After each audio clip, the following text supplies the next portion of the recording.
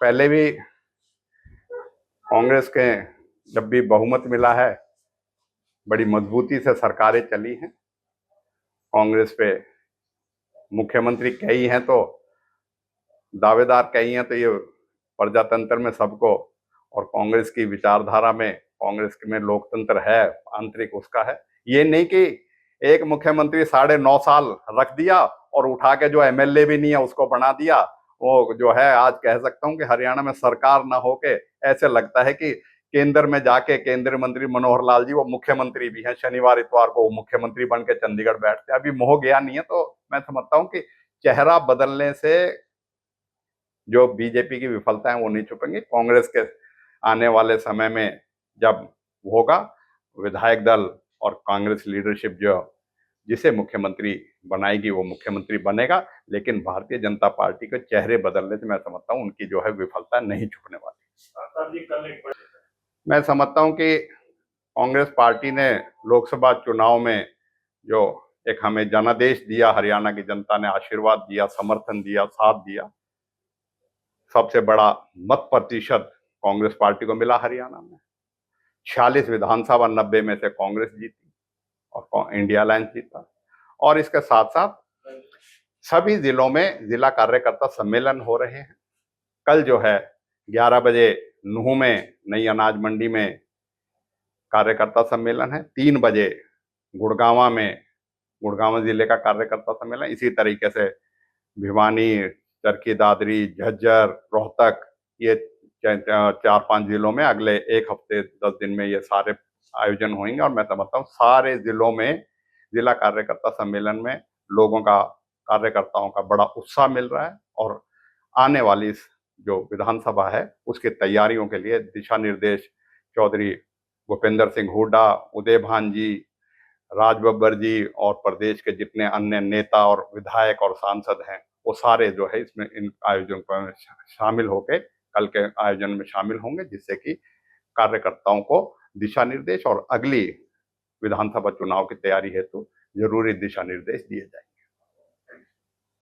कैसे देखते हैं, क्या मैं कहूंगा कि सरकार की प्रशासनिक अमले की जो कमजोरी थी, उनकी विफलता थी कि जिस तरीके से धार्मिक यात्राओं का ना यहाँ कभी किसी ने विरोध किया, पहले निकलती रही है, सब धर्मों की निकलती रही, लेकिन जिस धार्मिक यात्राओं को हथियारों का एक उसकी नुमाइश करना, डीजे पे और उन पे जो है इस तरह का भाषणबाजी और इस तरह के गाने चलने, आपत्तिजनक और उत्तेजना वाले भाषण देना और सोशल मीडिया पे प्रेस के माध्यम से चैलेंज करना समाजों में आपस में, और उसकी विफलता हुए सरकार के नीचे हुए पिछली बार यही कारण बना था जिसकी वजह से सामाजिक को टकरा गया। और नूह के इलाके के लोगों का तो बेचारे का इलाके में हुआ, नहीं तो यात्रा करने वाले भी बाहर के थे और जो करने का जो उसको जिनको चैलेंज आपस में हो रहा था, जो हो रही थी,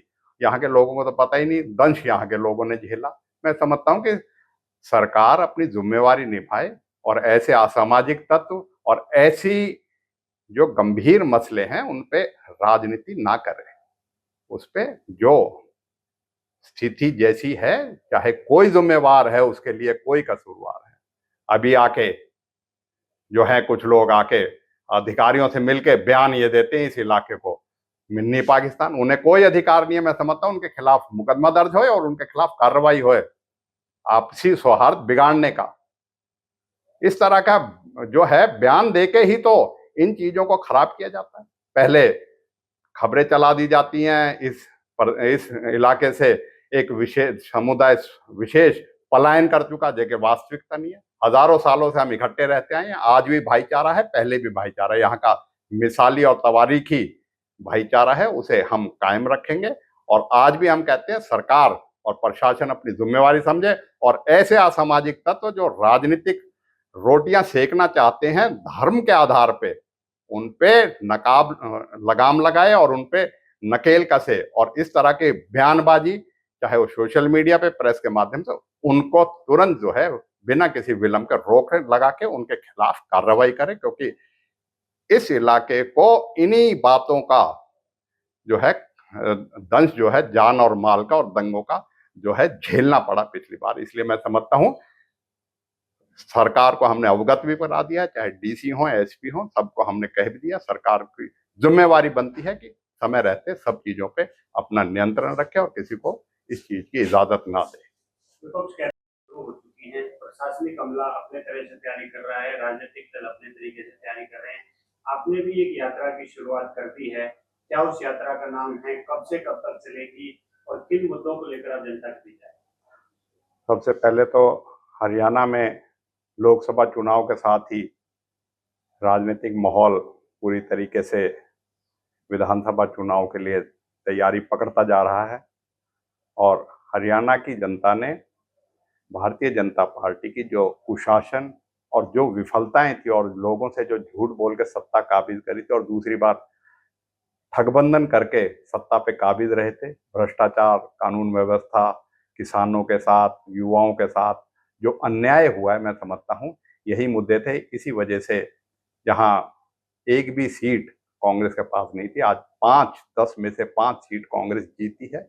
मैं समझता हूं कि इसी तरीके से विधानसभा में भी जो इस इलाके के साथ अन्याय सरकार ने युवाओं के साथ, किसानों के साथ, यहाँ के लोगों के साथ शिक्षा, स्वास्थ्य, पीने का पानी जो है और सुविधाओं को देने के खिलाफ जो अन्याय किया है, जो विकास परियोजनाएं चल रही थी उनको बंद करने का काम किया, उसके खिलाफ हमने उस अन्याय के खिलाफ जन न्याय यात्रा चलाई है। उससे पहले कांग्रेस जनों ने हर घर कांग्रेस, घर घर कांग्रेस अभियान पहले पूरे प्रदेश में चला था पार्टी की तरफ। मैं समझता हूं कि कांग्रेस पार्टी पूरी तरीके से जिस तरीके से लोकसभा में लोगों ने साथ दिया है और इस सरकार को बदलने का काम हरियाणा की जनता ने किया है, मैं समझता हूँ हरियाणा में भी भारतीय जनता पार्टी को सरकार चलते करेंगे और कांग्रेस की सरकार को बनाने का काम करेंगे।